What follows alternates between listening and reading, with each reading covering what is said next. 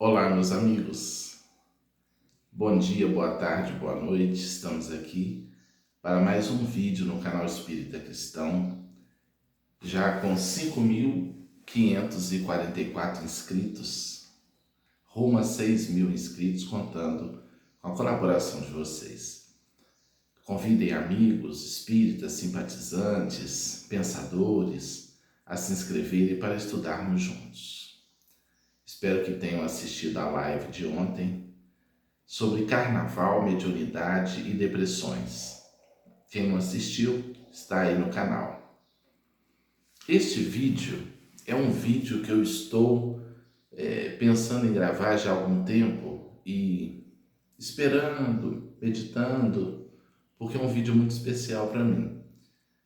E vou gravar, eu sei que eu não conseguirei dizer tudo que eu gostaria, tudo o que se passou dentro de mim e tudo que ainda passa. Mas fica aí a tentativa. A ideia é escrever um texto depois, assim que eu tiver um tempo mental para isso, porque são muitas as atividades, detalhando melhor o que eu aqui vou dizer, porque pode ser valoroso para algumas almas, para alguns irmãos e irmãs, alguns amigos e amigas. As casas de minhas avós, Nair e Tiana. Eu sempre fui muito vinculado às minhas avós. Tive duas avós muito especiais. O meu avô paterno, o meu avô materno eu não conheci, ele desencarnou com câncer novo. O meu avô paterno eu o conheci.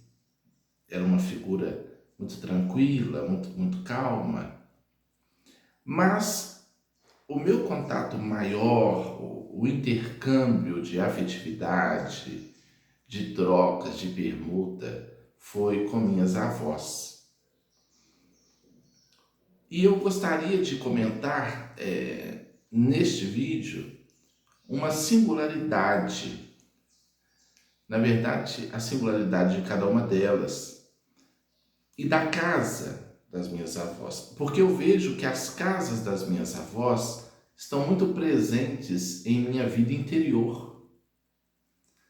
O que eu vivenciei nessas casas, de certa forma, constitui uma parcela muito importante, ou duas parcelas muito importantes da minha personalidade na presente reencarnação. Naturalmente, alimentando esses aspectos que eu já trago de outras vidas. A minha avó materna, Dona Tiana, foi uma das figuras emblemáticas da cidade Espera Feliz no interior de Minas Gerais. Minha avó Tiana parecia um anjo encarnado. Era uma alma boníssima. Algumas pessoas que conviveram muito de perto com ela diziam assim: Dona Tiana não tem defeito. Não havia ninguém feio para ela, ninguém ruim para ela. Se aparecesse uma criatura muito desprovida de beleza e alguém falasse: ah, Dona Tiana, nossa, como fulano é feio, como fulana tá feia e tal. E minha avó dava um jeitinho. Não, se a gente cuidar, né, daqueles dentes, arrumar o cabelo, era uma pessoa bonita. E isso era muito assim espontâneo, não era nada estudado, era uma espontaneidade, uma generosidade espontânea. E a casa de minha avó materna, Dona Tiana, Espera Feliz inteiro a conheceu e a amou muito. Ali frequentava o gari, o vereador, o prefeito, o jogador de futebol, porque meu tio tinha um time de futebol, meu avô fundou o Santa Luzia Futebol Clube na cidade de Espera Feliz.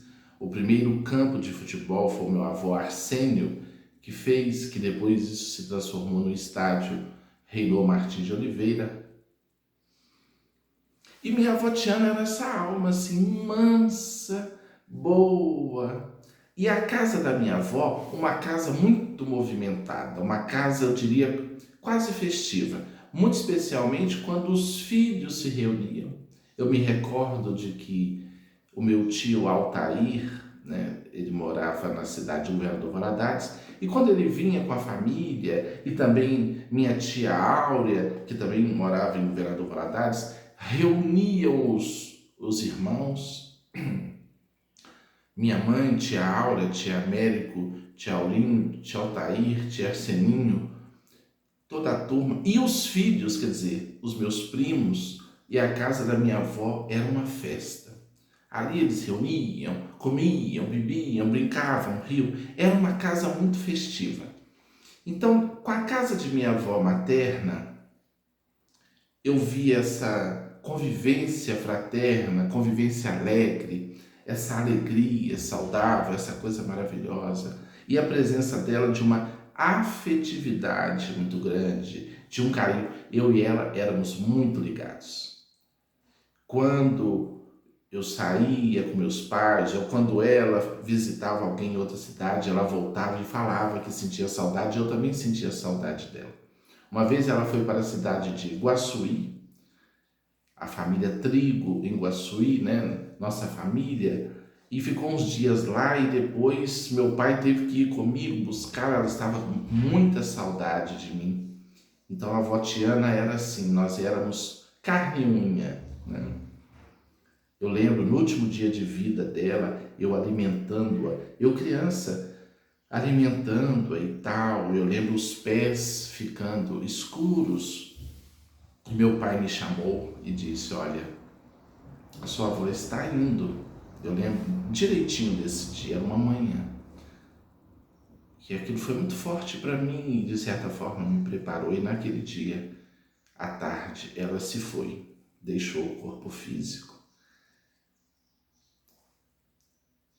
E então a avó Tiana era assim, esse anjo mesmo nas nossas vidas. Eu tinha com ela e tenho um vínculo muito grande. Só a vi uma vez depois de desencarnada, quando um tio meu, eu fora do corpo em desdobramento espiritual, eu encontrei um tio meu que estava meio perdido e eu a vi chegando para buscá-lo. Em desdobramento espiritual. Quem é espírita sabe como isso funciona. Durante o sono físico a gente não fica preso ao corpo e pode ter contato com os desencarnados. Foi a única vez que eu a vi. Mas eu quero ressaltar neste vídeo, o meu vínculo nitidamente era maior com a avó Tiana, porque nós moramos na casa dela, ela adoeceu no final da vida física, minha mãe se mudou para lá para cuidar dela, então eu passei a morar com minha avó Tiana. Morei na casa de minha avó materna. E tínhamos esse vínculo e temos profundo. Mas eu quero ressaltar neste vídeo a casa de minha avó paterna, minha avó Nair. A casa de minha avó paterna era completamente diferente. E aí é importante a gente aprender a ver beleza em tudo, né? Às vezes a gente diz, isso é melhor do que aquilo, isso é pior.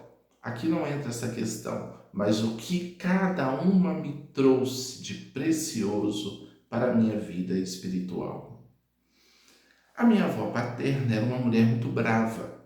Ela era brava. A avó Nair era uma pessoa brava, geniosa. Foi a maior doceira de Espera Feliz, da cidade de Espera Feliz. Ela construiu uma esquina inteira praticamente na cidade fazendo doces. Ela tinha um bar, fazia caçarolas, pudins, pastéis, assava carne. Ela tinha um dom impressionante na culinária. Anos depois dela desencarnada, meu pai ficou com esse bar e reabriu esse bar. E as pessoas passavam e diziam, nossa, há muitos anos eu comi aqui um pudim sem igual, um pastel sem igual, um doce de leite sem igual. As pessoas não se esqueciam dessas habilidades, né, da minha avó. Mas ela era muito brava, muito determinada, muito firme. Era o homem da casa ali, definitivamente. Ela que mandava. Na minha infância houve um episódio, eu de mão dada com ela na calçada, eu fui descer a calçada, uma bicicleta me atropelou, e eu digo que me sinto o atropelado, que eu sou totalmente cuidadoso na rua. Se algum dia vocês souberem que eu desencarnei atropelado, pode ter certeza que quem errou foi o motorista, porque eu sou muito criterioso. Ele subiu na calçada e me matou, porque desde esse atropelamento na infância eu sou muito cuidadoso, não gosto de nada que implique risco. Falou que é risco, na exposição agropecuária da cidade, os meninos andando naqueles brinquedos, tobogã, descendo, não sei o que, eu nunca me interessei. O máximo que eu ia era no carrinho de batida ali, tranquilo. Eu não tenho menor atração por riscos. Então, a minha avó paterna, eu cresci com essa imagem, uma mulher muito brava, severa, que me amava muito, e eu sempre amei muito também. Nunca a vi depois que ela desencarnou. Mas, e esse é o ponto central desse vídeo, eu peço até desculpas, eu sou muito emotivo para as coisas boas. As coisas difíceis eu encaro, passo bem, mas as coisas que me tocam, eu sou muito sensível, então vocês me perdoem. Isso aqui é um vídeo muito diferenciado no canal, um vídeo falando de algo muito íntimo para mim. A casa de minha avó paterna era portadora de um silêncio sagrado, parecia um sacrário. Quando eu chegava na casa de minha avó, não tinha aquele monte de gente, aquela festividade, não era uma casa triste, era uma casa silenciosa. E ali estavam os quartos, né, do meu pai, que havia casado, do meu tio, de um tio também havia casado. E às vezes eu entrava naqueles quartos, era ela e meu avô e um tio que ali morava.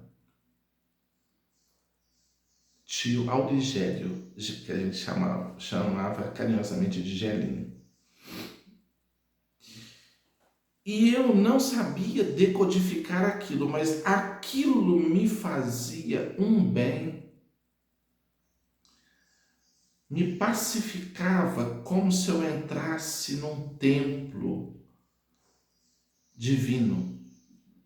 O silêncio da casa de minha avó Nair